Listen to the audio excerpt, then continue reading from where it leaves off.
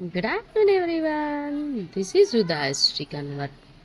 ఈరోజు topic not boring, not like text book. ఏంటంటే ఇప్పుడు ఎంగేజ్లో చాలా మంది సడన్ డెత్ అవుతుంది.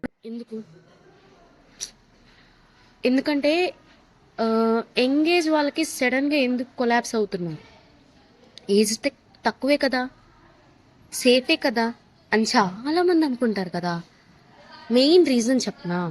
స్లీప్ తక్కువ, స్ట్రెస్ ఎక్కువ, junk food daily, no exercise, రెగ్యులర్గా హెల్త్ చెకప్స్ నిల్, బాడీ స్లోగా వీక్ అవుతుంది.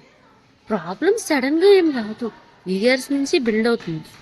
బట్ సిమ్టమ్స్ అనేవి ఉండవు. హెల్త్ని ఇగ్నోర్ చేయకండి, టుడే నుంచి కేర్ చేయండి. యంగ్ ఏజ్లో సడన్ డెత్ చాలా పెయిన్ఫుల్ కదా, వాళ్ళ పేరెంట్స్కి కానీ వాళ్ళకి కానీ.